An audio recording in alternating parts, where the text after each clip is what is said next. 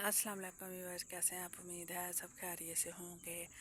ये हमारे गांव के बाहर का मंज़र है और बहुत ही गंदा मंज़र है। ये रोड है जो हमारे गांव से बाहर जाती है। तो आज की बात ये है कि हमारे पास से हम पहले लाहौर में रहते थे, तो वहाँ पर जिस मदरसे में बच्चे पढ़ाए जाते थे ना, वहाँ पर जो मौलवी था ना, उसके बारे में अचानक अफवाह उड़ी। अफवाह से पहले वो मौलवी इतना अच्छा समझा जाता था, माना जाता था कि बहुत ही लंबाड़ा बड़े मसले मिसाइल दासता है। तो थोड़े दिनों बाद, मतलब कि थोड़े ही दिनों बाद या थोड़े अरसे बाद पता चला कि उस मौलवी ने एक बच्चे को वाशरूम में ले जा के उसके साथ ज़्यादती की।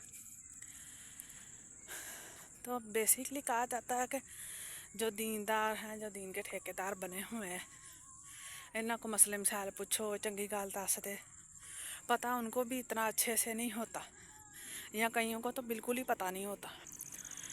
तो वो फिर बाद में साबित भी हो गया था कि एक बच्चे के साथ उसने ज़्यादती की थी मौलवी ने।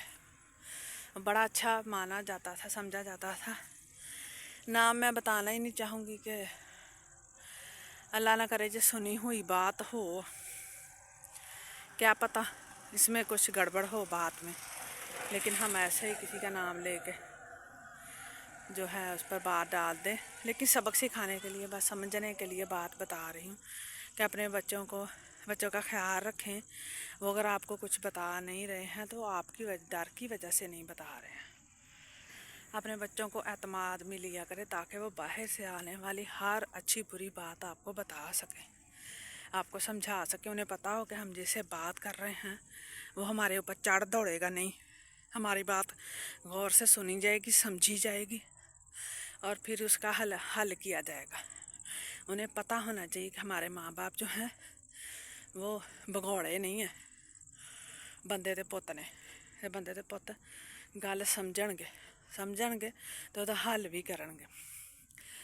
तो ये वाला एतमाद बनाया अपने बच्चों में ताकि वो बाहर से अच्छी बुरी बात बता सके और आप पर यकीन कर सके, और यही यकीन वो आगे जाके कर सकें और आपको अच्छे से साथ में ले सकें। अगर आपने यकीन नहीं बनाया होगा तो आपको कभी भी साथ लेकर नहीं चल सकते। फिर भूल जाओ कि ताड़ी औलाद ताड़े नाल सीधी रहेगी। और जो मुश्किल वक्त में यकीन बनता है तो वो हमेशा रहता है, उसका असर हमेशा रह जाता है, चाहे वो आपका रिश्ता आपसे बिछड़ भी जाए। अगर आपने अपनी बीवी और बच्चों पर ऐसा यकीन बनाया हुआ है या बीवी ने आप पर बनाया है तो उसका असर हमेशा रहेगा। तो यकीन करें एक दूसरे पर। मुश्किलात सबके साथ होती हैं, किसी के साथ भी हादसा हो सकता है। तो यकीन किसी पर भी करें तो अच्छे से करें और उस पर एहसान मत जितलाएं कि मैंने ताब तेरे पर किया था। भाई यही सबसे इंसानियत की पहली जो सीढ़ी है, मेरे ख्याल से यही है कि यकीन कर लिया तो बस कर लिया। अपने ही किए हुए फैसलों पर बंदे को शर्मिंदा नहीं होना चाहिए। जो अच्छे से फ़ैसला सोच समझ के कर लिया, बस ठीक है, कर लिया, हम उस पर पक्के हैं। अपना ख्याल रखिएगा और अपनी राय का ज़रूर इजहार कीजिएगा और अपने बच्चों को बचा के रखिएगा।